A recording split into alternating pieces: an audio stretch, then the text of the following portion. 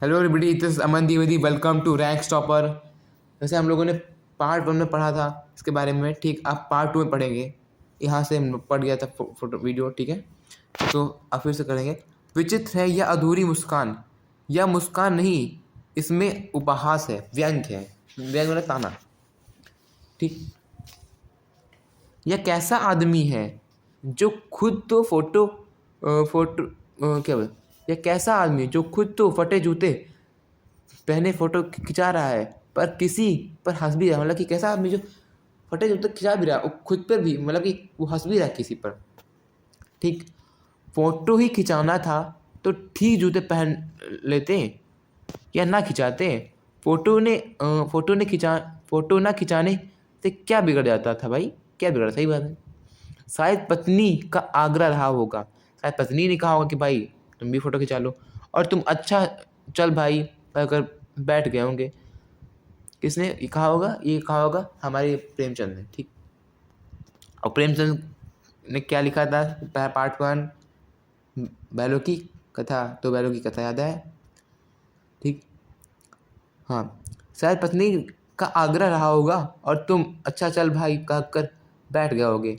मगर यह कितनी बड़ी ट्रेजेडी है कि आदमी के पास फ़ोटो खिंचाने को भी जूता नहीं है। ये कितनी बड़ी, मतलब कि उनके लिए समस्या है जो उनके पास फ़ोटो खिंचाने के लिए भी एक ढंग के जूते नहीं हैं।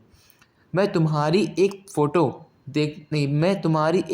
फ़ोटो देखते देखते तुम्हारे, ठीक है, हाँ, क्लेश को अपने भीतर महसूस करके जैसा रो पड़ना चाहता हूँ, ठीक। कौन बोल रहा है? हरिशंकर प्रसाई।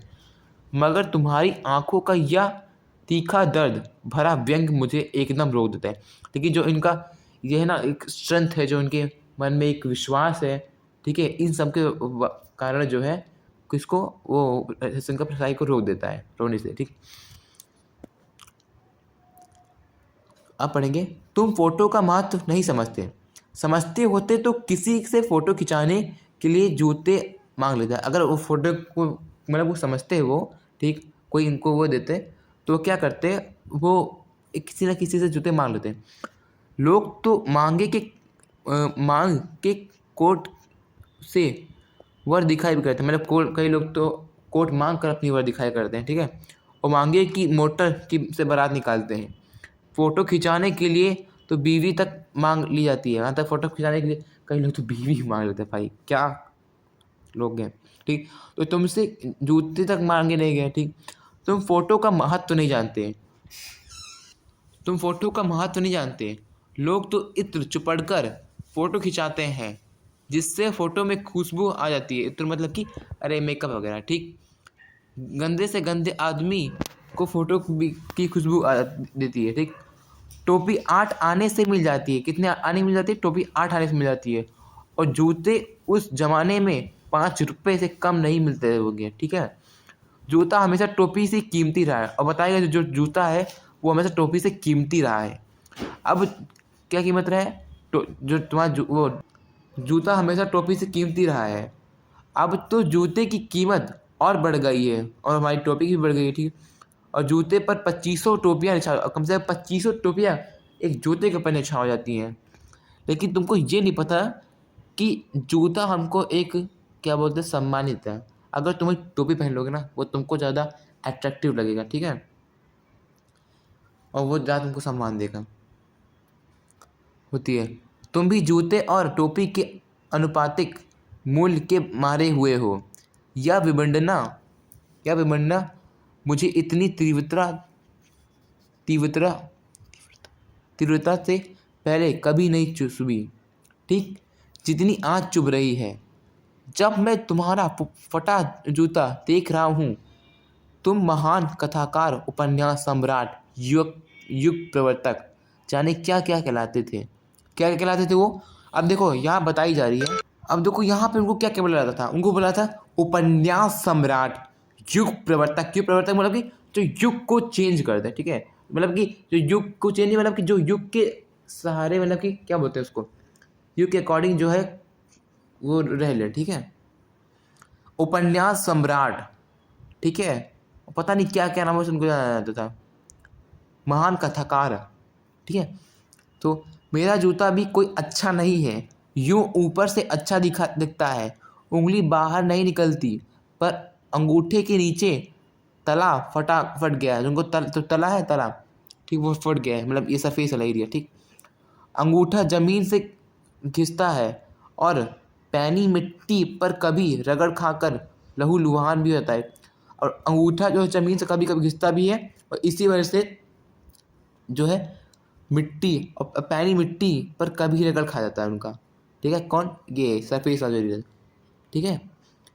पूरा तला गिर जाएगा, पूरा तला गिर जाएगा, पूरा पंजा छिल जाएगा, मगर उंगली बाहर नहीं दिखेगी। ये बात बोला इन्होंने कि उनका पूरा तला दिख जाएगा, पूरा तला वो छिल जाएगा, पूरा तला उनका ढक जाएगा, लेकिन उनका एक चीज़ है कि मगर उंगली बाहर नहीं दिखेगी। तुम्हारी उंगली दिखती है पर पाँव सुरक्षित है। क्या बता रहे हैं? क्या बता रहे हैं ये? कहाँ थे हम लोग? हाँ, मेरी उंगली ढकी है पर पंजा नहीं घिस रहा, उनकी उंगली ढकी है, उनका पंजा नहीं घिस रहा, ठीक। तुम पर्दे का महत्व ही नहीं जानते, हम पर्दे पर कुर्बान हो रहे हैं। कौन? हरिशंकर पर्दे पर कुर्बान हो रहे हैं, वो पर्दे का महत्व नहीं जानते। कौन? हमारे प्रेमचंद जी, ठीक। तुम फटा जूता बड़े ठाट से पहने हो, मैं ऐसे नहीं पहन सकता, फ़ोटो तो ज़िंदगी भर इस तरह नहीं खिंचाऊँ, चाहे कोई जीवनी बिना फ़ोटो के ही छाप दे। तुम्हारी यह व्यंग्य मुस्कान मेरे हौसले पस्त कर देती है। क्या मतलब है इसका? कौन सी मुस्कान है ये? क्या क्या होरी का गोदान हो गया? ठीक, क्या उपन्यास का गोदान हो गया? गोदान कौन? उपन्यास है, ठीक। क्या पूस की रात में नील गाय हल्कू का खेत चल रही है? बता रहे, कहानी बता रहे, ठीक है। क्या सुजान भगत का लड़का मर गया क्योंकि डॉक्टर क्लब छोड़कर नहीं आ सके? नहीं, मुझे लगता है माधो औरत के कफन मुझे लगता है माधो औरत के कफन के चंद की शराब पी गया, ठीक। बता रहे, कहानी बता रहे हैं कि ऐसा हो सकता है। वही मुस्कान मालूम होती है। कौन कौन सी? कहीं मुझे लगता है कि माधो की औरत के कफन के चंदे, ठीक है, की शराब पी गया, ठीक। मैं तुम्हारा जूता फिर देखता हूँ कैसे फट गया। या मेरी जनता से नहीं, या मेरी जनता के लेखक क्या बहुत चक्कर काटते रहे? ठीक, क्या बता रहे हैं? मैं तुम्हारा जूता फिर देखता हूँ, ठीक। बात बिल्कुल, बात समझो। वो दोबारा उनकी जूते को देखते हैं, ठीक। कैसे फट गया ये? फटा कैसे? मेरी जनता के लेखक क्या बहुत चक्कर काट रहे हैं, मतलब कि जो उनकी जनता है, ठीक, लेखक की, वो काफ़ी चक्कर काट रही है। क्या बनिए के तगाड़े से बचने के लिए मील 2 मील का चक्कर लगा कर आए हो? क्या बनिए से के बचाने के लिए, ठीक, तगाड़े बचने के लिए क्या मील 2 मील चक्कर लगा कर आए हैं? घर लौट रहे हैं? चक्कर लगाने से जूता फटता नहीं, ठीक, घिस जाता है, ठीक। उसके बाद बताए कुंभन दास का जूता भी फतेहपुर सीकरी जाने आने में घिस गया था। किसका? कुंभन दास का, ठीक। उसे बड़ा पछतावा हुआ। उसने कहा, आवत जात तनैया घिस गई, बिसर गयो हरि नाम। मतलब आने जाने में जो है उनका जूता फट गया है, ये बता रहे। एक ही अवधि लैंग्वेज में बात करके बता रहे, ठीक। और ऐसे बुलाकर देने वालों के लिए कहा था जिनकी देखे दुख उपजत है, और तिनको करबों पर सलाम, ठीक। और ऐसे बुलाकर देने वालों के लिए कहा था जिनके देखे दुख उपजत है और तिनको कर्मों पर सलाम, ठीक। चलने से जूता घिसता है, ठीक, फटता नहीं। तुम्हारा कैसे फट गया? मुझे लगता है तुम किसी सख्त चीज़ को ठोकर मारते रहे, कोई चीज़ जो परत परत पर सदियों से जम गई है, उसे शायद तुमने ठोकर मार मार कर अपना जूता फाड़ लिया है। और कोई टीला जो रास्ते पर खड़ा हो गया था, उस पर तुमने अपना जूता आजमाया। बता रहे हैं कि वो उन चीज़ों को वो धक्का मार रहे हैं, ठीक है, उन चीज़ों को वो अपना मतलब कि असमर्थन कर रहे हैं उनका, जो एक तरीके से उनको लुभा रही है, ठीक है। टीला मतलब होता है पत्थर, और पत्थर यहाँ पे जो बताया गया है, वो बताया गया है उन चीज़ों के बारे में, ठीक है, और उन लोगों को बताया गया है जो लोग हमेशा अच्छी चीज़ों को ही मतलब कि वो करते हैं, मतलब कि जो लोग अच्छा कपड़ा पहन के ही और अपने आप को क्या सर्वश्रेष्ठ दिखाते हैं, उन लोगों को बताया गया है यहाँ पे टीला, ठीक है। जो रास्ते पर खड़ा हो गया था, उस पर तुमने अपना जूता आजमाया। तुम उसे बचाकर उसके बगल से भी तो निकल सकते थे। टीला से समझौता भी हो जाता है। सभी नदियाँ पहाड़ थोड़े ही फोड़ते हैं। सारी नदियाँ पहाड़ी थोड़ी फोड़ते हैं। कोई रास्ता बदलकर घूमकर भी तो चली जाती है। तुम समझौता कर नहीं सके। क्या तुम्हारी भी वही कमजोरी थी जो होरी की थी, ठीक, होरी की डूबी, होरी के लिए डूबी, वही नेम धर्म वाली कमजोरी।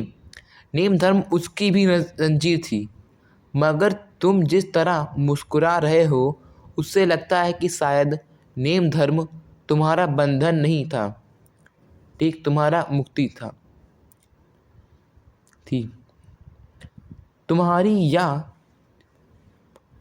या पाँव की उंगली, ठीक, तुम्हारी पाँव की उंगली संकेत करती सी लगती है कि जिसे तुम घृणित समझते हो, उसकी तरफ हाथ की नहीं, पाँव की उंगली से इशारा करते हो, ठीक।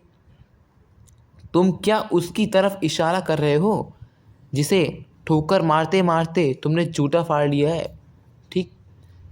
मैं समझता हूँ तुम्हारी उंगली का इशारा भी समझता हूँ, और यह व्यंग मुस्कान भी समझता हूँ। और वो व्यंग मुस्कान मतलब कि वो उन लोगों पे हंस रहे हैं जो लोग कह रहे हैं कि तुम मतलब कि केवल इस हमेशा सर्वश्रेष्ठ तुम इसी से बन सकते हो, मतलब वो उन लोगों पे हंस रहे हैं जो लोग सोचते हैं कि अच्छे कपड़े अच्छी चीज़ों पहन के ही केवल हम लोग ऊपर देख सकते हैं, ठीक है, जो उन लोगों पर हंस रहे हैं।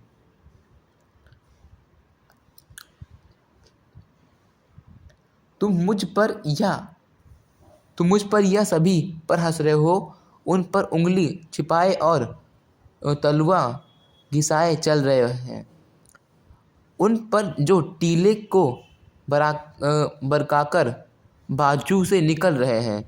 तुम कह रहे हो मैंने तो ठोकर मार मार कर जूता फाड़ लिया, उंगली बाहर निकल आई, पर पाँव बच रहा है और मैं चलता रहा, ठीक, मगर तुम उंगली को ढकने की चिंता में तलवे का नाश कर रहे हो। तुम चलोगे कैसे, ठीक। मैं समझता हूँ, मैं तुम्हारे फटे जूते की बात समझता हूँ, उंगली का इशारा भी समझता हूँ, और तुम्हारा व्यंग मुस्कान भी समझता हूँ। तो ये था हमारे प्रेमचंद के फटे जूते, इसके लेखक हमारे हरिशंकर प्रसाई। और प्लीज़ भाई इस चैनल को सब्सक्राइब कर लो प्लीज़। मैं मेहनत कर सकता हूँ, तुम भी कर सकते हो।